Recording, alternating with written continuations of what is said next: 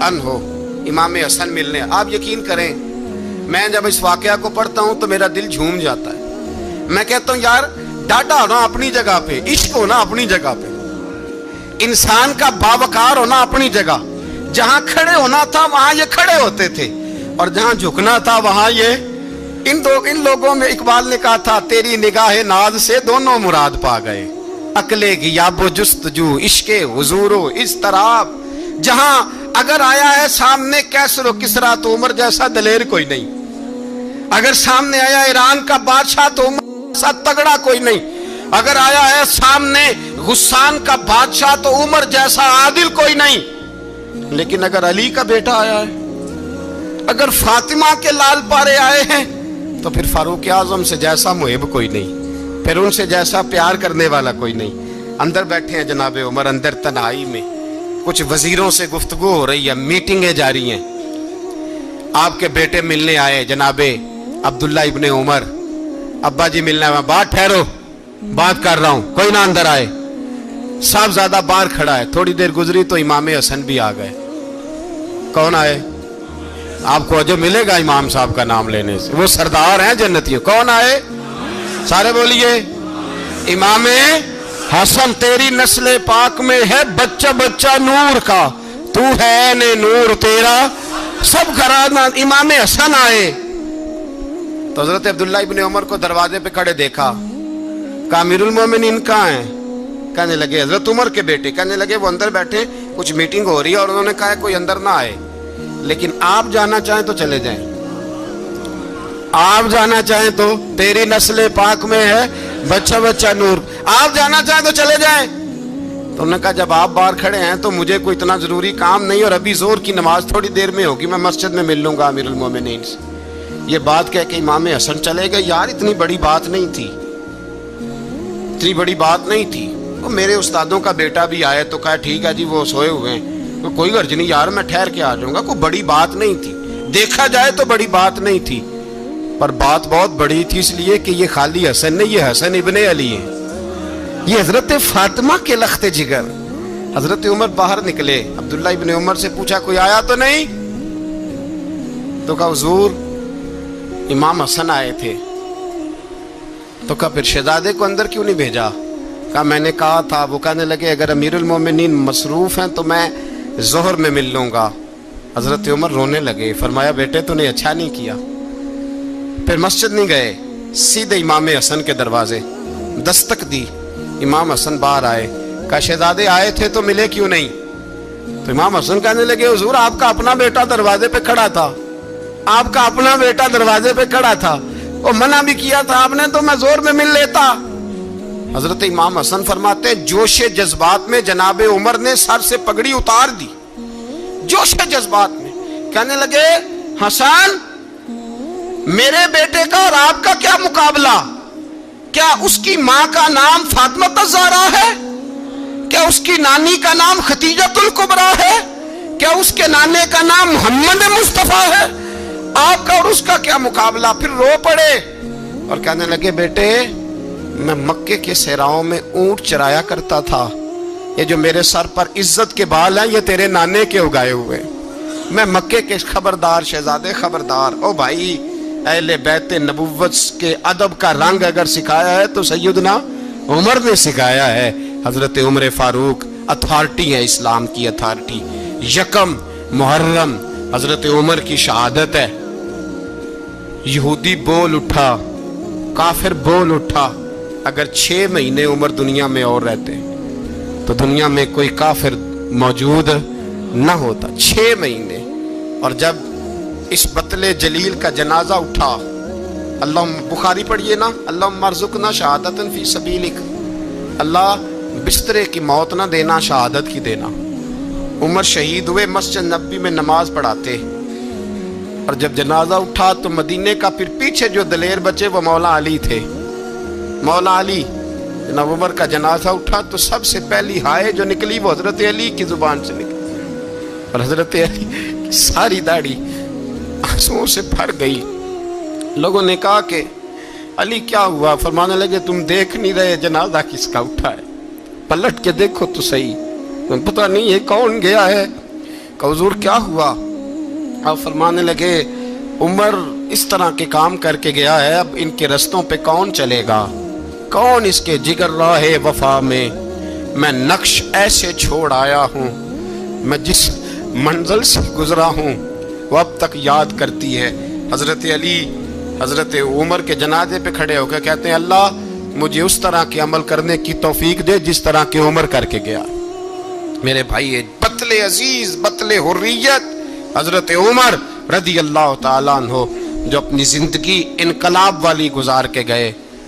عمر جب دنیا سے گئے تو 80 دینار کا قرضہ تھا، 22 لاکھ مربع میل کا حکمران. اور اپنے بیٹے سے کہنے لگے بیٹے کوشش کرنا تیرے خاندان والے مل کے میرا قرضہ اتار دے، میری قبر پہ بوجھ نہ رہے. اور اگر خاندان والے مدد نہ کریں تو میرے دوستوں سے بات کرنا، وہ مدد نہ کریں تو پھر علی سے بات کرنا. ان کا پیار آپس میں اتنا اور تو اختلاف ثابت کر رہا. 80 دینار کا قرضہ چھوڑ کر حضرت عمر دنیا سے گئے اور جاتی دفعہ کہہ گئے میرے بعد میرے بچوں کو حکومت کے مشورے میں بھی شامل نہ کرنا، حکومت کے مشورے میں بھی میری اولاد شامل نہ ہو.